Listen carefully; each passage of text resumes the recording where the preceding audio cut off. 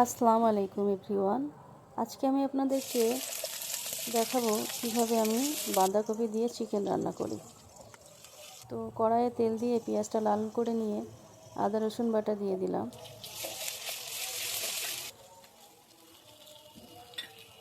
এলাচ দারচিনি লবঙ্গ তেজপাতা দিয়ে দিলাম টমেটো, গুঁড়ো মশলা দিয়ে দিলাম, একটু জল দিয়ে মশলাটা ভালোভাবে কষিয়ে নেওয়ার পরে মাংসটাকে আমি এর মধ্যে অ্যাড করে দেব। মাংসটা মশলার সঙ্গে ভালোভাবে কষিয়ে নেব।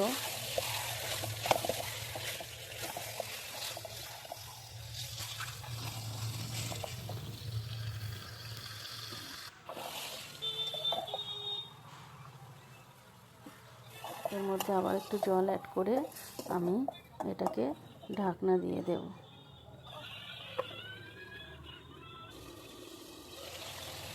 ঢাকনাটা তুলে নিলাম, নিয়ে আবার একটু নেড়ে নেব।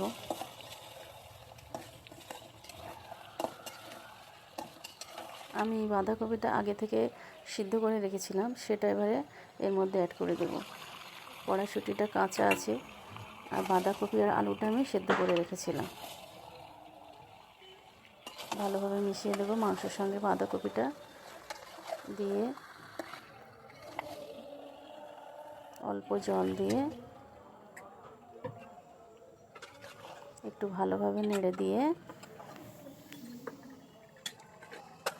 ঢাকনা দিয়ে আমি ঢেকে দেব। ঢাকনাটা তুলে নেওয়ার পরে এর মধ্যে আমি অ্যাড করব ধনে পাতা দিলে এই তরকারির টেস্টটা আরও সুন্দর হয়, খেতে খুবই মজার, এর স্মেলটা দারুণ। তো রেডি আমার বাঁধাকপি দিয়ে চিকেনের তরকারিটা। এবারে গরম গরম ভাতের সঙ্গে পরিবেশন করার পালা। সবাই ভালো থাকবেন।